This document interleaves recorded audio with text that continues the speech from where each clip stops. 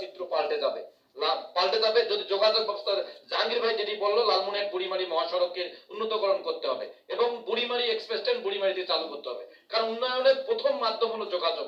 এই যোগাযোগ ব্যবস্থাটি আমি আবারও বলছি, আপনি এই বিষয়গুলো দেখবেন।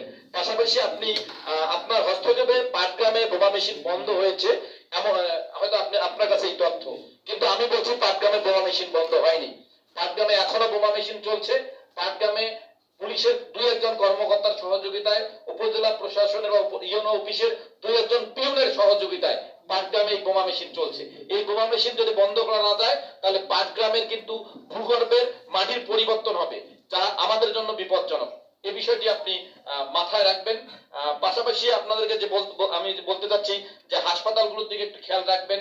ইট ভাটাগুলো অধিকাংশ ইট ভাটা অবৈধ, এই ইট ভাটাগুলোর দিকে একটু খেয়াল রাখবেন।